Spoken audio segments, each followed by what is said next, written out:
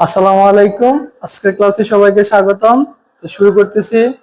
Changing সেন্টেন্সের খুবই গুরুত্বপূর্ণ একটি বিষয়, তা হলো সিম্পল, কমপ্লেক্স এবং কম্পাউন্ড, যা আমাদের এসএসসি এবং এইচএসসি স্টুডেন্টদের জন্য খুবই দরকার। পরীক্ষায় তাদের একটা প্যারার নাম চেঞ্জিং সেন্টেন্স, অনেকে এটা ভুল করে। তো আজকের ক্লাসে আমরা সম্পূর্ণ ক্লাসটি করলে আমরা চেঞ্জিং সেন্টেন্সে আশা করি কোনো সমস্যা থাকবে না এবং আহ, আমরা চেঞ্জিং সেন্টেন্স সমাধান করতে সক্ষম হব। তো শুরু করা যাক চেঞ্জিং সেন্টেন্স। আমরা জানি অর্থ অনুসারে সেন্টেন্স তিন ধরনের হয়: সিম্পল সেন্টেন্স, কমপ্লেক্স সেন্টেন্স এবং কম্পাউন্ড সেন্টেন্স। প্রথমে আমাদেরকে জানতে হবে সিম্পল সেন্টেন্স কি, কমপ্লেক্স সেন্টেন্স কি এবং কম্পাউন্ড সেন্টেন্স কি। সো এটা ডেফিনিশন হলো যে সেন্টেন্সটা একটি সাবজেক্ট, একটি ফাইনাইট ভার্ব থাকে এবং কোনো কনজাংশন থাকে না, এটাকে সিম্পল সেন্টেন্স। বা কমপ্লেক্স সেন্টেন্স পড়তে হলে আমাদের যে একটা প্রিন্সিপাল ক্লোজ থাকবে, সাবঅর্ডিনেট ক্লোজ থাকবে।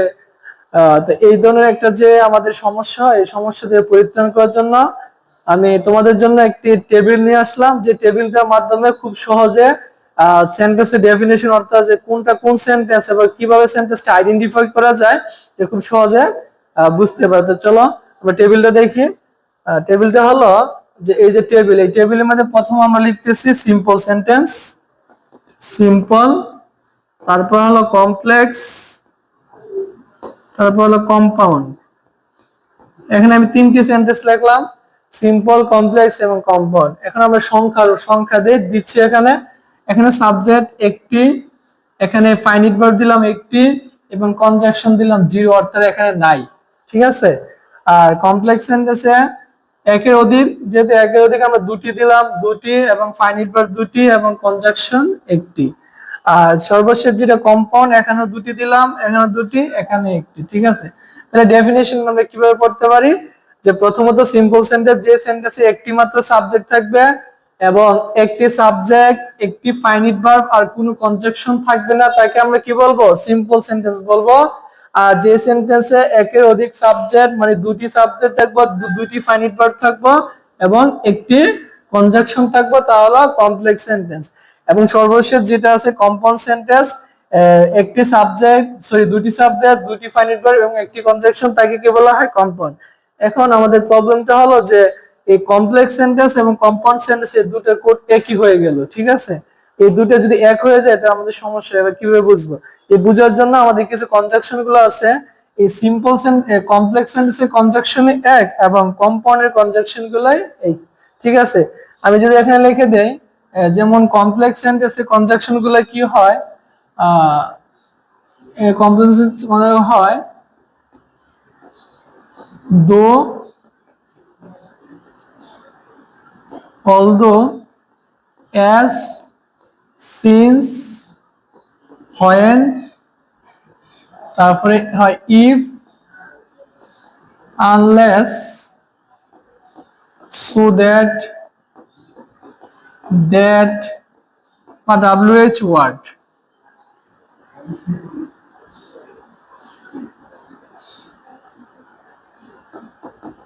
if, unless, so that, WH word ইত্যাদি আরো থাকতে পারে।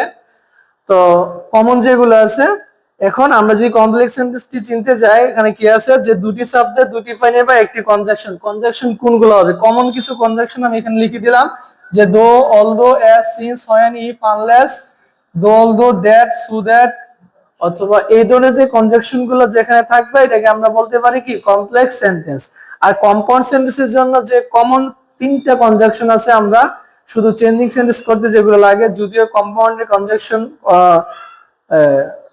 হয় প্রায় অনেকগুলোই হয়, কিন্তু তিনটা কমন, যে তিনটা কমন আমরা তিনটা কমন লিখে দিচ্ছি। এই তিনটা হলো এন্ড, অর এবং বাট। এই তিনটা কনজাংশন কম্পাউন্ড সেন্টেন্সের জন্য। তাহলে আমরা কি বুঝতে পারলাম? যে সেন্টেন্সে দুটি সাবজেক্ট এবং দুটি ফাইনাইট ভার্ব থাকবে এবং একটি করে কনজাংশন থাকবে, এটা কমপ্লেক্স, কম্পাউন্ড দুটোই বোঝায়, এটা সংজ্ঞা। কিন্তু চিনার ক্ষেত্রে তো সমস্যা। তো চিনার জন্য আমি বুঝিয়ে দিলাম যে কোন কনজাংশন গুলো, কমপ্লেক্সের কনজাংশন গুলো এক এবং কম্পাউন্ডের কনজাংশন গুলো কি? এক। ঠিক আছে। আমরা যদি এখানে একটা এক্সাম্পল দেই, যেমন এখানে যদি লিখি দো হি ইজ পুর, হি ইজ অনেস্ট। দো হি ইজ পুর হি ইজ অনেস্ট, এই যে সেন্টেন্সটা লিখলাম, এখানে কয়টি সাবজেক্ট আছে? এখানে সাবজেক্ট আছে, সরি একটা সাবজেক্ট, এখানে একটা সাবজেক্ট, ফাইনাইট ভার্ব দুইটা আছে, এখন কনজাংশন আছে কি দোল, ঠিক আছে। আবার এই সেম সেন্টেন্সটা আমরা কম্পাউন্ড করলে কি হয়? হি ইজ পুর বাট হি ইজ অনেস্ট। তাহলে এখানে আমরা দেখতেছি বাট নামক কনজাংশনটা আছে, এখানে কনজাংশন আছে কোনটা? দোল কনজাংশন আছে, ঠিক আছে। তাহলে এখানে দুটি সাবজেক্ট, এখানে দুটি সাবজেক্ট, তাহলে শুধু পৃথক করে কি কনজাংশন। আর সিম্পল সেন্টেন্স যেটা বলছিলাম, একটি মাত্র সেন্টেন্স সাবজেক্ট থাকবে, যেমন আমি যদি বলি আই গো টু স্কুল, আমি স্কুলে যাই, এটা একটা সিম্পল বাক্য, একটি সাবজেক্ট আছে, একটি ফাইনাইট ভার্ব আছে, এটা সিম্পল। তো আমরা এতক্ষণ শিখলাম যে কিভাবে একটা সেন্টেন্সকে আমরা শুধু সিম্পল, কমপ্লেক্স এবং কম্পাউন্ড সেন্টেন্সে কিভাবে ডেফিনেশন অর্থাৎ সংজ্ঞা কিভাবে সেন্টেন্স বলে, এবং এই সেন্টেন্স গুলো আমরা কিভাবে চিনবো, ঠিক আছে। এখন আমরা যাচ্ছি যে সেন্টেন্স গুলো কিভাবে পরিবর্তন করে, একটা সেন্টেন্স থেকে আরেকটা সেন্টেন্সে কিভাবে পরিবর্তন, মূলত আমাদের এটাই কাজে আসে, পরীক্ষার জন্য এটাই কাজে লাগবে, সেন্টেন্সের পরিবর্তন গুলা, ঠিক আছে। তো পরিবর্তন করতে হলে আমরা কি করতে হবে? আমরা বেশি নিয়ম পড়াবো না, মাত্র 5 থেকে 6টার মতো নিয়ম বা 7টা এই ধরনের নিয়ম পড়াবো। এই নিয়মগুলো যদি আমরা পড়তে পারি, আশা করি আমাদের পরীক্ষায় সিম্পল, কমপ্লেক্স, কম্পাউন্ড যে জটিলতা আছে এটা কেটে যাবে। তো শুরু করা যাক। আমি প্রথমে যে রুলসটা দিচ্ছি তা হলো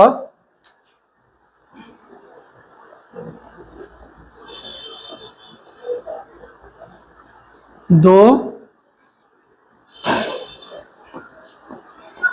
বাট ইন স্পাইট অফ, এই তিনটা একসাথে সম্পর্ক।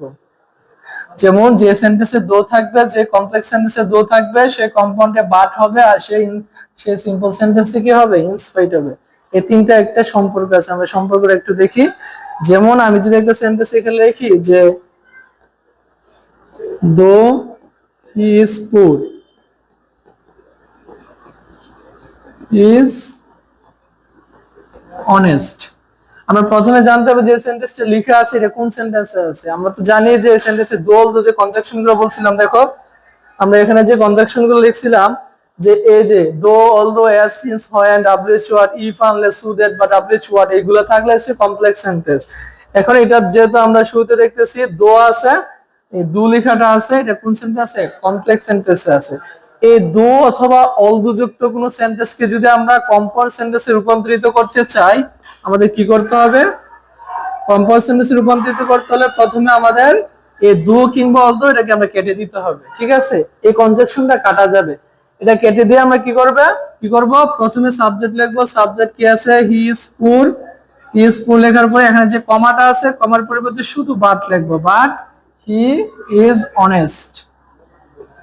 আশা করি সবাই বুঝতে পারছি যে দো কিংবা অলদো যুক্ত যে সেন্টেন্সটা আছে, ওই সেন্টেন্সটাকে যদি আমরা কি করতে পারি, কি করতে চাই? কমপ্লেক্স সেন্টেন্স, সরি কম্পাউন্ড সেন্টেন্সে রূপান্তরিত করতে চাই, ওই দো কিংবা অলদো নামক যে কনজাংশনটা আছে, ওই কনজাংশনটা বাদ, এটাকে আমরা বাদ দিয়ে দেবো, তারপরে শুধু কমার পরিবর্তে বাট লিখবো। আর এটাকে যদি আমরা সিম্পল সেন্টেন্সে রূপান্তরিত করতে চাই, আমাদের কি করতে হবে? প্রথমে সিম্পল সেন্টেন্স করতে হলে আমরা প্রথমে লিখতে হবে in spite of. In spite of, in spite of লেখার পরে আমরা এখানে যে সাবজেক্টটা আছে, সাবজেক্টের পসেসিভ লিখতে পারি। আর কেউ যদি আমরা পসেসিভ না জানি, সাবজেক্টের পসেসিভ বলতে আমরা জানি সাবজেক্টের পসেসিভ কোনগুলা, যেমন আই আছে, আই এর পসেসিভ মাই, উইর পসেসিভ হলো আওয়ার, তারপরে হি এর পসেসিভ হলো হিজ, তারপরে শি এর পসেসিভ হলো হার, দেয়ার পসেসিভ হলো দেয়ার, এবং ইটের পসেসিভ হলো ইটস, ইউর এর পসেসিভ ইউ, ঠিক আছে। এই পসেসিভ আমরা যারা জানি, যে পসেসিভ গুলো যারা জানি, তখন ইনস্পাইট অফ এর পরে সাবজেক্টে যে পসেসিভ ফর্মটা আছে, যেমন এই হি এর পসেসিভ ফর্ম বা হি এর পসেসিভ ফর্ম, আমরা কি লিখবো? হিজ লিখবো, ঠিক আছে। এখন কেউ যদি আমি পসেসিভ ফর্মটা না জানি, হয়তো অনেকে নাও জানতে পারে পসেসিভ ফর্মটা, বা হঠাৎ তার খেলা আসতেছে না, যদি পসেসিভ ফর্ম আমরা না জানি, তাহলে পসেসিভ বাদ দিয়ে আমরা শুধু ভার্বের সাথে আইএনজি লিখে দিলে চলবে। এখন ভার্ব কোনটা? ভার্ব হলো ইজ, আমরা জানি বি ভার্ব কয়টা? 5টা, am, is, are, was, were, এই 5টা হলো বি ভার্ব। এই বি ভার্বের সাথে আমরা আইএনজি যুক্ত কিভাবে করি? বি ভার্ব, পাঁচটা বি ভার্ব আইএনজি ফর্মের নাম হলো কি? বিং। বিং, তারপর লিখবো পুর, কমা ইজ অনেস্ট। তো আশা করি আমরা বুঝতে পারছি যে যে সেন্টেন্সটা যে কিভাবে দো অলদো যুক্ত, দো কিংবা অলদো যুক্ত কমপ্লেক্স সেন্টেন্সকে কিভাবে কম্পাউন্ড করা যায় এবং সিম্পল সেন্টেন্সে করা যায়। আমি আবার এটা রিপিট করতেছি যে যদি দো অলদো থাকে কমপ্লেক্স করার সময় কমার পরিবর্তে বাট বসবে এবং দো অলদো কাটা। আর সিম্পল করার সময় আমরা ইনস্পাইট অফ লিখবো, ডিসপাইট লেখা যায়, এখানে ডিসপাইটও লেখা যায়, ডিসপাইট লিখলে অফ লিখতে হয় না, আর ইনস্পাইট লিখলে অফ লিখতে হয়। এখন যদি আমরা পজিটিভটা মনে হয় আমার লিখবো, যদি আমরা পারি পজিটিভ লিখবো, আর যদি না পারি শুধু ভার্বের সাথে আইএনজি লিখে দিলেও চলবে। আর এটা শিখার একটা কবিতার মতো একটা নিয়ম আছে। আমরা আমার এক স্যার, শ্রদ্ধা এক স্যার, ওনার কাছ থেকে একটা কবিতা শিখছিলাম যে এই দোল নিয়মের যে কমপ্লেক্সে, এই কবিতাটা এভাবে আর কি, তোমরা কেউ যদি চাও এটা মুখস্থ রাখতে পারো যে কমপ্লেক্সে দোল দো কম্পাউন্ডে বার সিম্পল ইনস্পাইট অফ, এটাই শর্টকাট। এই কবিতাটা আমার কোন এক স্যার থেকে, আমি যে কলেজে পড়াশোনা করছি ওই স্যার কাছ থেকে শেখা। এই কবিতাতে আমি আবার বলে দিচ্ছি যে কেউ যে এই কবিতার মাথায় রাখতে পারে, ওই কবিতা দিয়ে লিখতে পারে যে কমপ্লেক্সে কি বসে? কমপ্লেক্সে দোল দো কম্পাউন্ডে বার সিম্পল ইনস্পাইট অফ, এটাই শর্টকাট। তাহলে কি হয়? কমপ্লেক্সে দো বা অলদো থাকবো, কম্পাউন্ড করার সময় বাট হবে, আর সিম্পলে কি হবে? ইনস্পাইট অফ, এতটুকু। আমি আশা করি সবাই যে দো কিংবা অলদো যে নিয়মগুলো আছে বা বাটের নিয়মগুলো আছে এটা আমরা সবাই আশা করি এটা পারবো। ঠিক আছে, এখন আমরা চলে যাচ্ছি পরবর্তী নিয়মে। পরবর্তী যে রুলসটা তা হলো as, since, when। এই তিনটা as, since, when, এই যে তিনটা নিয়ম আছে আমরা দেখতেছি, এই তিনটা নিয়ম as, since, when, as, since, when। as, since তো আমরা সবাই জানি কারণে, এটা যেহেতু অর্থে ব্যবহৃত হয় বা কারণে অর্থে ব্যবহৃত হয়, আর when দিয়ে সময় বোঝায়। এই তিনটা কনজাংশন যদি কোনো সেন্টেন্সের শুরুতে থাকে, এটাকে আমরা কম্পাউন্ড কিভাবে করি? দেখো, এমন যদি হয় as I was ill, I could not go to school। এই যে সেন্টেন্সটা আমরা ওই কনজাংশনে লিখছিলাম যে as, since, when, এগুলো থাকলে একটা কমপ্লেক্স সেন্টেন্সের কনজাংশন। যেহেতু এখানে as আছে, এটা কোন সেন্টেন্স? এটা একটা কমপ্লেক্স সেন্টেন্সে আছে। ঠিক আছে, তো কম্পাউন্ড করব, তো কম্পাউন্ড করতে হলে কি কি করতে হয়? as, since, when, as, since, when থাকলে কম্পাউন্ড করার সময় এখানে আমরা এন্ড লিখবো। ঠিক আছে, ওইখানে লিখছিলাম দোল দো থাকলে বাট, এখন লিখবো কি? এন্ড। তো আমরা as, since বাদ দিয়ে দেই, তাহলে কি হবে? শুধু I was, কি ছিল? I was ill, এবং এই কমার পরিবর্তে আমরা কি লিখবো? and I would not go to school।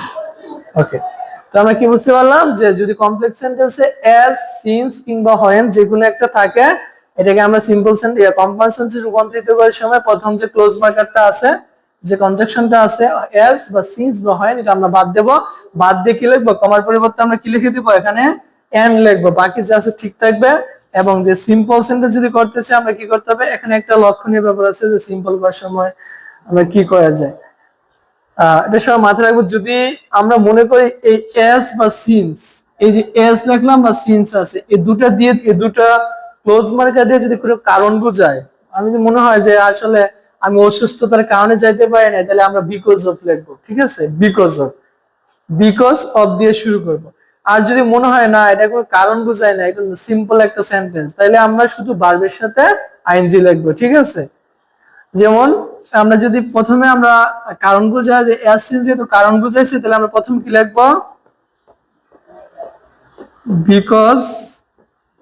Because of. ঠিক আছে, সো বিকজ অফ লেখার পরে আমরা আগের মতো পসেসিভ ফর্ম লিখবো। যদি পারি আই এর পসেসিভ মাই লিখতে পারি, না লিখলে আইএনজি লিখলে চলবে। এই ওয়াজ এর আইএনজি ফর্মের নাম হলো কি? Because of being ill. Because of being ill, তারপর আমরা কি লিখবো? কমা লিখবো, I could not go to school। ঠিক আছে, আমরা এটাকে অন্যভাবে লিখতে পারি, যদি মনে করলাম যে এটা কোনো কারণ না, ইয়া মানে অসুস্থ ছিলাম স্কুলে যাই না, এমন ধরনের কোনো সেন্টেন্স যদি আসে, আমরা শুধু দুইটা যে ভার্ব আছে, প্রথম এখানে একটা ভার্ব, এখানে একটা ভার্ব আছে আর এখানে একটা ভার্ব আছে, দুইটা ভার্ব আছে। প্রথম যে ভার্ব আছে ওই প্রথম ভার্বের সাথে আমরা শুধু আইএনজি যুক্ত করে দেব, বাকি ঠিক আছে। ঠিক আছে, সিম্পল কোয়েশ্চন। এটা এই নিয়মটা আমরা মাথায় রাখবো। যেমন যেহেতু প্রথম ভার্ব আছে কি ওয়াজ, এই ওয়াজ এর সাথে আইএনজি কি হবে? Being, being ill I could not go to school. অসুস্থ হয়ে আমি স্কুলে যেতে পারিনি, এটা নরমাল একটা বাক্য। আর যদি আমরা কারণ কারণ কথার উল্লেখ করে আমরা বিকজ অফ দুটো লিখতে পারি। ঠিক আছে, আর এখানে যে প্রথম ভার্বের সাথে আইএনজি লিখছে, এখানে একটা নিয়ম আছে, যদি এই দুইটা সাবজেক্ট একই হয়, এখানে যে সাবজেক্টকে নির্দেশ করছে কমার আগে সাব প্রিন্সিপাল এবং সাবঅর্ডিনেট ক্লজ, অর্থাৎ কমার আগে যে সাবজেক্ট এবং পরে যে সাবজেক্ট আছে দুটো সাবজেক্ট একই হয়, তখন প্রথম সাবজেক্টটা বাদ দেওয়া যায়। কিন্তু যদি দুটো সাবজেক্ট ভিন্ন হয়, যেমন আমি যদি বলি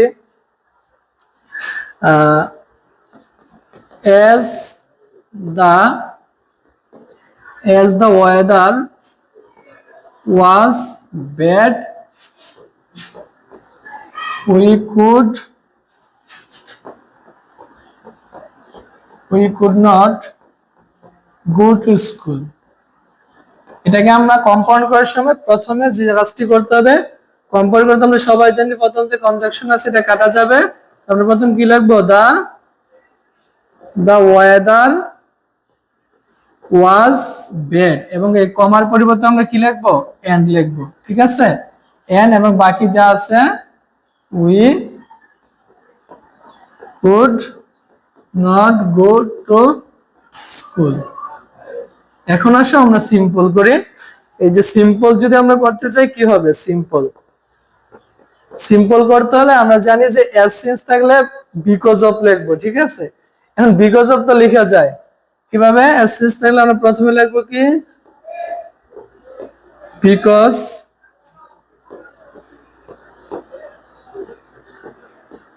বিকজ বিকজ অফ লেখার পরে কি লিখবো? বিকজ অফ দা ওয়েদার্স থেকে আমরা পজিটিভ ফর্ম লিখবো ওয়েদার্স, তারপরে ভার্বের সাথে কি হয়? আইএনজি, বিং ব্যাড, তারপর আমরা বাকিটা লিখতে পারি কি? We could not go to school. বাকি যা আছে আমরা তা লিখলাম। কিন্তু এটা যদি আমরা ওই যে সিম্পল ভাবে লিখি, যে বিকজ অফ না লিখে যদি আমরা অ্যাসেন্স যুক্ত শব্দগুলো বিকজ অফ লিখলাম না, শুধু নরমাল লিখবো, তখন এটাকে আমরা সিম্পল করার ক্ষেত্রে আমরা অথবা দিয়ে লিখতেছি। শুধু দেখবো যে প্রথম যে সাবজেক্টটা আছে এবং দ্বিতীয় যে সাবজেক্টটা, অর্থাৎ কমার আগে এবং কমার পরে যে সাবজেক্ট আছে, দুটো সাবজেক্ট কি এক নাকি ভিন্ন। ঠিক আছে, এখানে ওয়েদার একটা সাবজেক্ট আর উই একটা সাবজেক্ট, দুটো সাবজেক্ট যদি ভিন্ন হয়, এই সেন্টেন্সটাকে আমরা সিম্পল করতে হলে প্রথম সাবজেক্ট লিখতে হবে দা ওয়েদার, যেহেতু আছে দা ওয়েদার। ঠিক আছে, লিখার পরে এরপরে ভার্বের সাথে আইএনজি লিখবো, বিং ব্যাড, তারপরে we could not go to school। ঠিক আছে, তো আমরা কি বুঝতে পারলাম? যে এসেন্স ওয়ান থাকলে এটাকে কম্পাউন্ড করার সময় এসেন্স ওয়ান বাদ দিয়ে কমার পরিবর্তে এন্ড হবে, এবং সিম্পল করার সময় দুটি নিয়মে করা যায়। যদি এসেন্স যুক্ত সেন্টেন্সে কোনো কারণ বোঝায় তাহলে আমরা কি বিকজ অফ লিখবো, আর যেহেতু এসেন্স এটা কারণেই বোঝায়, এখানে আমরা কি বিকজ অফ লেখাটাই ভালো। আর যদি না মনে করি না বিকজ অফ লিখবো না, নরমাল লিখবো। নরমাল লিখতে হলে আমরা কি করতে হবে? প্রথমে লিখতে হবে, দেখতে হবে দুইটা সাবজেক্ট এক নাকি ভিন্ন। ঠিক আছে, যেমন এখানে দুইটা সাবজেক্ট একই ছিল, দুইটা আই ছিল, এখানে আমরা কি লিখে দেয়? নরমালি প্রথমটার সাথে ভার্বের সাথে আইএনজি লিখে বাকিটা লেখা যায়। আর যে দুটো সাবজেক্ট ভিন্ন হয়, সাবজেক্ট কাটা যাবে না, সাবজেক্ট রাইখে ভার্বের সাথে আইএনজি লিখতে হয়েছিল। এজ এবং সিন্স এর ব্যবহার এখানে বাকি আছে, আরেকটা ব্যবহার, তাহলে হোয়েন এর ব্যবহারটা আমি এটা শিখিয়ে দিচ্ছি, যে কখন যদি হোয়েন থাকে কি হয়। যেমন এমন যদি হয়, when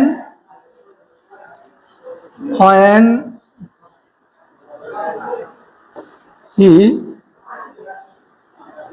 reached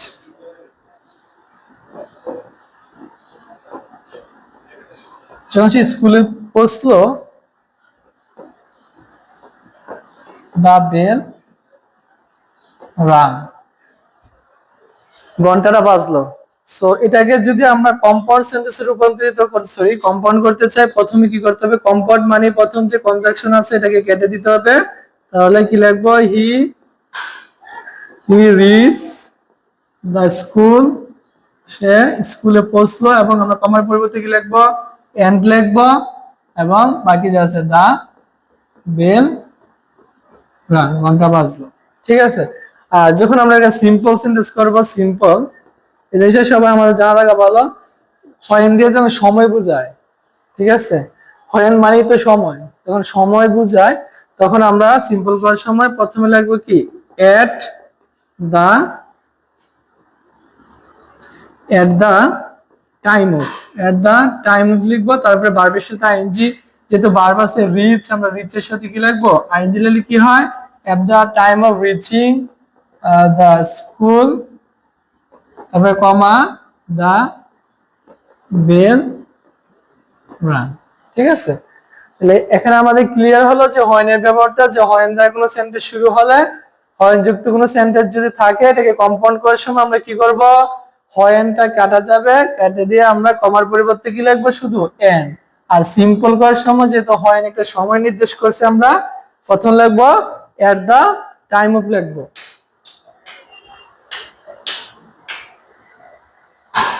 at the time of. আচ্ছা ঠিক আছে। তারপরে আমরা চলে আসি আমাদের আরেকটি নিয়ম, তা হলো ইফ, ইফের ব্যবহার। এটা খুবই কমন, আমাদের পরীক্ষায় খুবই আসে। এই যে ইফ, ইফ যুক্ত, ইফ থাকলে কি হয়, একই কথা এন হয় এবং ওই দিক দিয়ে বাই হয়, মাথায় রাখতে হবে। আমরা এক্সাম্পল দিলে সবাই ক্লিয়ার হবো। যে হয় এমন, if you work hard, if you work hard you will shine in life।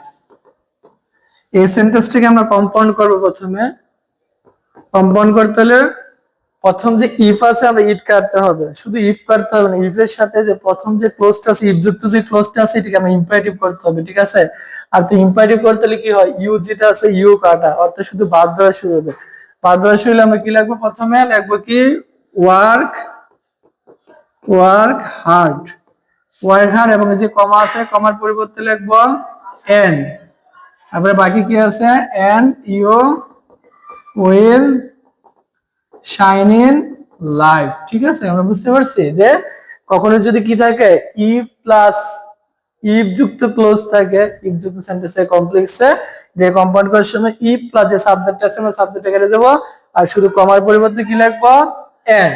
এবং সিম্পল, সিম্পল করার সময় কি করা যায় দেখো, সিম্পল করার সময় প্রথমে লিখবো বাই, বাই লেখার পরে ভার্বের সাথে আইএনজি যে ভার্ব আছে, ভার্ব কি, work, by working hard, comma লিখে বাকি যা আছে তাই, will, you will shine in life. আশা করি সবাই বুঝতে পারছো ইফ এবং আনলেস এর যে ব্যবহার, সরি ইফ এর ব্যবহারটা। আমি আবার বলছি, যখন কোনো কমপ্লেক্স সেন্টেন্সে ইফ থাকবে এটাকে কম্পাউন্ড করার সময় ইফ কাটা, শুধু ইফ না, ইফ এর সাথে যে সাবজেক্ট আছে এটা কাটা যাবে, এবং শুধু কমার পরিবর্তে কি লিখবে, আমরা এন্ড লিখবো। আর সিম্পল করার সময় বাই লিখবো প্রথমে, ভার্বের সাথে আইএনজি লিখবো। ঠিক আছে। তো আশা করি আমরা ইফ এর ব্যবহারটা বুঝি। তারপর আছে আনলেস এর ব্যবহার। আনলেস এর ব্যবহারটা একটু দেখো জটিলই, যেমন এখানে আছে if plus not is equal unless, একই কথা। আনলেস যে অর্থ প্রকাশ পায় এবং ইফ প্লাস নট সেম অর্থই প্রকাশ পায়। ঠিক আছে। যদি না, এই দুইটাতে একটা থাকলে আমরা একটা দিয়ে বুঝাই। মনে করো যে লেখা আছে if you do not read properly, if you do not read properly you will not pass in the exam। এই যে লিখলাম, এখন এই সেন্টেন্সটাকে আমরা কি করব, প্রথমে কম্পাউন্ড সেন্টেন্সে রূপান্তরিত করব। কম্পাউন্ড করতে হলে যদি শুধু ইফ থাকে আমরা ইফের সাথে সাবজেক্ট সহ ইউ কেটে দিতাম, আর যদি নট যুক্ত থাকে ইফের সাথে আমরা ই প্লাস একদম নট পর্যন্ত কেটে দিয়ে যা আছে ভার্বের থেকে লেখা শুরু করব। তো লেখা আছে কি, রিড প্রপারলি রিড প্রপারলি, এবং কমার পরিবর্তে আমরা কি লিখবো, অর লিখবো। ঠিক আছে, ওই সময় লিখতাম ইফ, শুধু ইফ থাকলে লিখতাম এন্ড। আর এখন যেহেতু ইফ এর সাথে নট আছে অথবা আনলেস কথাটা এখানে যদি থাকতো, আনলেস, আনলেস কথাটা থাকতো, আমরা কি লিখবো, অর লিখবো। আর বাকি যা আছে এই দিকটা তা লিখবো will not pass in the exam. এবং সিম্পল সেন্টেন্স করার সময় আমরা যখন সিম্পল করছিলাম বাই যুক্ত, শুধু সরি ইফ যুক্ত, তখন আমরা বাই লিখতাম। কিন্তু এখন তো ইফ না, ইফ এর সাথে নট আছে অথবা অর আছে, এই ধরনের করতে হলে প্রথমে আমরা লিখতে হবে উইদাউট, লিখতে হবে উইদাউট, তারপরে যে ভার্ব আছে ভার্বের সাথে আমরা লিখতে হবে কি ING, without reading, without reading properly, comma you will not shine, sorry you will not pass in the exam। আশা করি আমরা সবাই বুঝতে পারছি যে কিভাবে ইফ প্লাস ইফ এর সাথে নট কিংবা আনলেস যুক্ত যে শব্দ থাকে এটাকে কিভাবে কম্পাউন্ড এবং সিম্পল সেন্টেন্সে করা যায়। ঠিক আছে, যদি ইফ এর সাথে নট থাকে বা আনলেস থাকে, কম্পাউন্ড করার সময় আমরা প্রথমে ইফ এর সাথে নট এটা কেটে দেব, আর কমার পরিবর্তে কি লিখবো, অর। আর সিম্পল করার সময় উইদাউট লিখবো, তারপরে ভার্বের সাথে আইএনজি লিখবো। তারপর একটা আছে আমাদের যে নিয়ম, যে টু ডট ডট টু, এই টি এখানে যে দুইটা ও আছে এটাকে আমরা কমপ্লেক্স করার সময় হয় সু, আর এখানে হবে দ্যাট, আর কম্পাউন্ড করার সময় হবে ভেরি এবং এন্ড। ঠিক আছে, আমরা মনে হয় এক্সাম্পল দিলে ক্লিয়ার হবে ব্যাপারটা কিভাবে। যেমন আমি যদি বলি he is too weak to walk, এই যে সেন্টেন্সটা আছে এটাকে আমরা কি করব, প্রথমে কমপ্লেক্স করব। কমপ্লেক্স করতে হলে প্রথমে কি লিখতে হবে, হি ইজ, এখানে যে টু আছে টু এর পরিবর্তে কি লিখবো, সু, কমপ্লেক্স করার সময়। আর এই টু এর পরিবর্তে লিখবো দ্যাট। দ্যাট লেখার পরে যে সাবজেক্টটা, প্রথম যে সাবজেক্টটা আছে সাবজেক্টটাকে কপি করে এখানে লিখতে হবে। এখানে যদি কোনো পুরুষের নাম থাকে তাহলে হি হবে, মহিলার নাম তাহলে সি। আর যেহেতু সরাসরি প্রনাউন হি আছে আমরা হি লিখলাম। তারপরে এখানে যদি প্রেজেন্ট টেন্স অর্থাৎ এম, ইজ, আর এগুলো থাকে তাহলে এখানে কি হবে, ক্যান নট হবে। আর ওয়াজ ওয়্যার তাহলে হবে কুড নট। ঠিক আছে, এটাই নিয়ম। আর যদি এটাকে আমরা সিম্পল করতে চাই, সিম্পল করতে হলে কি করতে হবে, প্রথম হি ইজ, এখানে টু অথবা সু এর পরিবর্তে লিখবো কি, একটু মিস্টেক হয়েছে, এটা সিম্পল না, সেন্টেন্সটা প্রথম যে সেন্টেন্সটা এটা সিম্পল আছে, এটাকে আমরা কম্পাউন্ড করব। তো কম্পাউন্ড করতে হলে হি ইজ টু বা সু এর পরিবর্তে লিখবো ভেরি উইক, এবং এ দ্যাট অথবা এই টু এর পরিবর্তে লিখবো কি এন্ড, লেখার পরে সাবজেক্ট। আবার এদিকে প্রেজেন্ট টেন্স থাকলে সে প্রেজেন্ট টেন্স অর্থাৎ এম ইজ আর থাকলে লিখবো কি ক্যান নট, আর ওয়াজ কিংবা ওয়্যার থাকলে লিখবো কি কুড নট। যেহেতু এখানে ইজ আছে আমরা কি লিখবো, ক্যান নট ওয়াক। ঠিক আছে, তাহলে আমরা কি বুঝতে পারলাম যে একটা টু থাকলে টু এর পরিবর্তে সু হবে, আর এই টু এর পরিবর্তে কি হবে, দ্যাট। আর সাবজেক্টটাকে কপি করে প্রথম লিখতে হবে, এখানে প্রেজেন্ট টেন্স থাকলে ক্যান নট, পাস্ট টেন্স হলে কুড নট, অর্থাৎ এম ইজ থাকলে ক্যান নট, ওয়াজ ওয়্যার থাকলে হবে কি কুড নট। ঠিক আছে, আশা করি বুঝতে পারছো। তারপরে আরেকটি নিয়ম, তাহলে শুধু টু ইন অর্ডার টু অথবা উইথ এ ভিউ টু। এখানে যে বললাম তিনটা আছে এ টু, অর্থাৎ এখানে এগুলোর পর সরাসরি ভার্বের এই যে প্রথম টু এগুলোর ভার্বের বেস ফর্ম ইনঅর্ডার টু, এখানে উইথ এ ভিউ টু উদ্দেশ্য বুঝাইলে এটাকে যে আমরা এখানে কম্পাউন্ড করতে হবে না, শুধু কমপ্লেক্স করলে চলবে। আমরা এক্সাম্পল লিখতেছি, যদি বলি he works hard to shine in life, এই সেন্টেন্সটাকে আমরা কি করব, এই সেন্টেন্সটাকে আমরা কমপ্লেক্স সেন্টেন্সে রূপান্তরিত করব। তো কমপ্লেক্সে করার সময় আমরা কি করতে হবে, প্রথম যে সাবজেক্ট আছে হি লিখবো, ভার্ব লিখবো, লেখার পরে এই যে টু আছে এই টু এর পরিবর্তে আমরা কি লিখতে হবে, সুদেট লিখতে হবে, লিখতে হবে। আর সুদেট লেখার পরে সবসময় যে সাবজেক্ট আছে সাবজেক্ট কপি করতে হয়, আমরা হি লিখে নিলাম। হি লেখার পরে যদি এখানে প্রেজেন্ট টেন্স হয় শুধু ক্যান, দেখো যখন টু টু দুইটা নিয়ম ছিল, তখন আমরা ক্যান নট লিখতাম, অথবা সু এবং দ্যাট যদি আলাদা থাকতো তখন আমরা কি লিখতাম, ক্যান নট বা কুড নট। আর সু এবং দ্যাট যদি খুব ক্লোজলি কাছাকাছি থাকে, ক্যান নট কুড নট লিখতে হয় না, শুধু ক্যান বা কুড হয়। এখন যদি প্রেজেন্ট টেন্সে আমরা ক্যান লিখবো, এবং যদি পাস্ট টেন্স হয় তাহলে আমরা কুড লিখবো। যেহেতু দেখতেছি ভার্বের সাথে এস বেস আছে, এটা প্রেজেন্ট ইনডিফিনিট টেন্স, এখানে অবশ্যই কি হবে, ক্যান হবে। ঠিক আছে, he can shine in life. এখানে এমন না হয় এখানে বারবার আমরা এখানে এই কেটে দিয়ে যদি ইডি হতো ওয়ার্ড, তাহলে আমরা এখানে কি করতাম, এখানে এই এই যে কি আছে ক্যানটা কেটে আমরা কুড লিখতে হতো। ঠিক আছে, তো আমি আশা করি সবাই বুঝতে পারছো যে to, in order to, with a view to. ঠিক আছে, এই তিনটা যদি টু থাকে এটাকে আমরা কমপ্লেক্স সেন্টেন্স করার সময় কি করব, সুদেট লিখবো টু এর পরিবর্তে, এবং সাবজেক্ট লিখবো। কিন্তু আমি আরেকটা এক্সাম্পল তোমাদেরকে দিচ্ছি, যে একটু হয়তো তোমাদের কঠিন হতে পারে। এই উইথ এ ভিউ টু যে এক্সাম্পলটা, যে he came here with a view to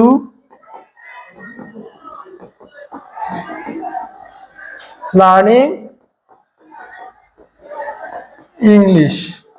এটাকে আমরা কমপ্লেক্স করব। এটাকে কমপ্লেক্স করতে হলে কি করতে হবে দেখো, একটু ব্যতিক্রম, যে উইথ এ ভিউ টু এমন একটা ফ্রেজ যার পরে অবশ্যই ভার্বের সাথে আইএনজি যুক্ত করতে হয়। ঠিক আছে, মুখস্থ রাখবো সবাই, যে উইথ টু ভিউ টুর পরিবর্তে ভার্বের সাথে আইএনজি বসে। তো কমপ্লেক্স করার সময় কি করব, আমরা প্রথমে লিখবো হি কেম হিয়ার, এই যে সরি আমি লিখলাম উইথ এ ভিউ টু আছে, এই উইথ এ ভিউ টুর পরিবর্তে লিখবো কি সুদেট। সুদেট লিখলাম, তারপরে যে সাবজেক্ট আছে আমরা সাবজেক্ট এখানে হি লিখবো। এখন যেহেতু কেম আছে, কেম তো অবশ্যই পাস্ট টেন্স, আমরা সবাই জানি কামের পাস্ট ফর্ম কি কেম, এখানে আমরা কি ক্যান লিখতে পারি না, এখানে কি লিখবো, কুড লিখবো। তো আমরা যেমন এর আগের সেন্টেন্সে টু এর পরিবর্তে ওইটা লেখা আমরা বাকি অংশ লিখে ফেলেছি, এখানে কিন্তু এই যে লার্নিং আছে ভার্বের সাথে আইএনজি, এখন এই কুডের পরে লার্নিং লেখা যাবে না। ঠিক আছে, কেন লেখা যাবে না, কুড হলো একটা মডেল ভার্ব, এই আইএনজিটা কেটে দিয়ে শুধু বেস ফর্ম লিখতে হবে লার্ন, হি লার্ন ইংলিশ। আশা করি সবাই বুঝতে পারছো। যদি একটু কঠিন, যে কি হয় যদি উইথ এ ভিউ টু পরিবর্তে সো দ্যাট হয়, তারপর সাবজেক্ট লিখবো ক্যান বা কুড, কিন্তু হ্যাঁ যে যদি আইএনজি আছে আইএনজি কেটে কি লিখতে হবে, বেস ফর্ম লিখতে হবে। ঠিক আছে, আশা করি সবাই বুঝতে পারছি। তারপর একটা নিয়ম আছে আমাদের, এটা খুবই কমন, যদি শুরুতে আর্টিকেল এ অথবা আর্টিকেল এম থাকে, এই ধরনের সেন্টেন্সকে কিভাবে আমরা কি করব, কমপ্লেক্স সেন্টেন্সে করব। ঠিক আছে, যদি আমরা বলি যে a corrupted man can do anything against morality,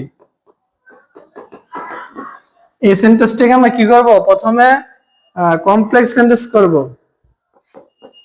তো কমপ্লেক্স করতে হলে যদি কোনো আর্টিকেল এ অথবা আর্টিকেল এন যদি শুরুতে থাকে এবং তার সাথে যদি একটা কি থাকে, অ্যাডজেক্টিভ থাকে, এটাকে আমরা কমপ্লেক্স সেন্টেন্সে করতে হলে প্রথম এই একটা আর্টিকেল লিখবো, এবং আর্টিকেলটা লিখতে হলে আসলে এখন তো অ্যাডজেক্টিভটা উঠে যাবে। ঠিক আছে, এখানে অ্যাডজেক্টিভটা আমরা তুলে নেব। এখন দেখবো যে নাউনটা আছে, নাউনটাকে বাউল না কনসোনেন্ট দিয়ে, সো এটার উপর ডিপেন্ড করে আর্টিকেলটা বসবে। এমন না যে এখানে এ আছে এ বসাইতে হবে। ঠিক আছে, তাহলে আমরা প্রথম যেহেতু আর্টিকেল এখানে বাউল আছে কনসোনেন্ট আছে, লিখলাম কি এম এন।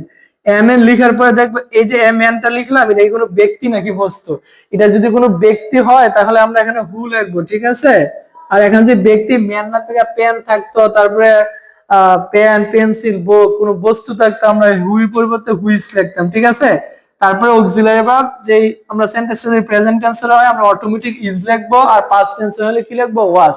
ওয়ার বা প্লুরাল লেখার কোনো ইয়া নাই, কারণ এখানে তার সেন্টেন্সটা কি সিঙ্গুলার। তাহলে কি আছে, এম এন্ড হু ইজ, তারপরে যে অ্যাডজেক্টিভটা আমরা বাকি রাখছিলাম করাপ্টেড, এটা এখানে রাখবো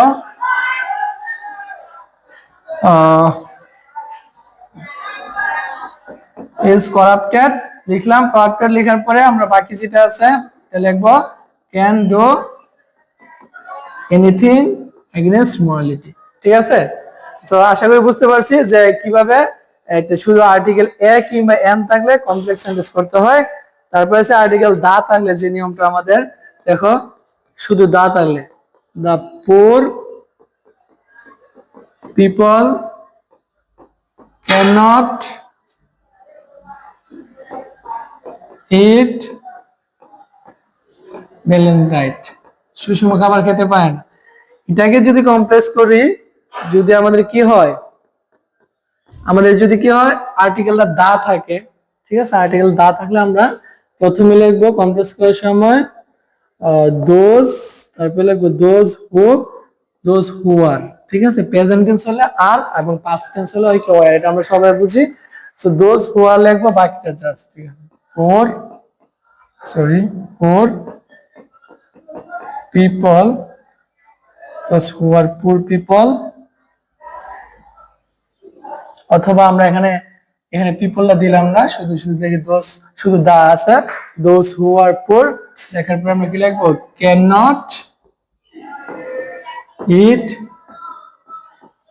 ব্যালেন্স ডাইট, ঠিক আছে, বুঝতে পারছি আমরা।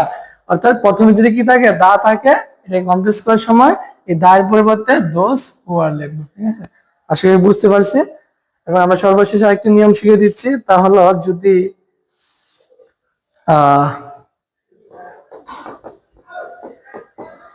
health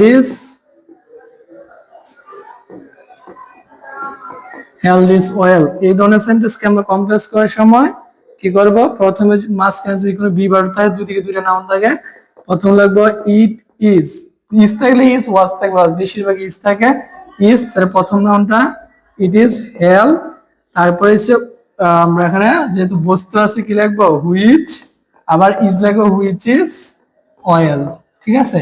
এবার তুমি আরেকটি করতে পারো যে money is honey, it is money, which is honey, ঠিক আছে।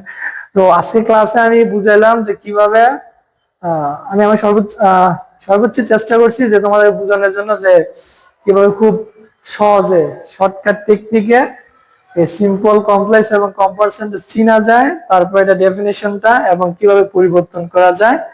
আশা করি যে নিয়মগুলো পড়াইছি এই নিয়মগুলো যদি তোমরা মনোযোগ দিয়ে দেখো, পড়ো, এবং তোমাদের যে পোর্ট বইগুলো আছে বা তোমাদের গাইড আছে, বিভিন্ন পোর্ট প্রশ্ন আছে, এক্সারসাইজ আছে, ওইগুলো যদি করো, এগুলো তোমাদের চোখের সামনে পড়বে, এক্সারসাইজ করলে আশা করি তোমাদের সিম্পল কমপ্লেক্সে বেশি সমস্যা থাকবে না। আর যদি তোমাদের সমস্যা থাকে, আমার ক্লাস করার পর যদি কারো সমস্যা থাকে, আমাদের যে ইউটিউব চ্যানেলে আমাদের ক্লাস ছাড়া হয়, ইউটিউব চ্যানেলে কমেন্ট করবা, অথবা আমাদের ফেসবুক যে পেজ আছে ওই পেজে জানাইবা বা ইনবক্স করবা, অথবা আমার যে কন্ট্যাক্ট নাম্বার যে কোনো ইয়ে আছে আমাদেরকে ইনফর্ম করবা, চেষ্টা করবো আবার বুঝিয়ে দেওয়ার জন্য। এবং সবাই আমার চ্যানেলটাকে সবাই যারা ক্লাসটা নতুন দেখতেছি বা দেখতেছে, যারা নতুন, তারা আমার ক্লাসটা সাবস্ক্রাইব করবা, অথবা শেয়ার করে দিবা ভিডিওটা, যে সবাই দেখতে পারে। আর সবাই ভালো থাকবা। আসসালামু আলাইকুম।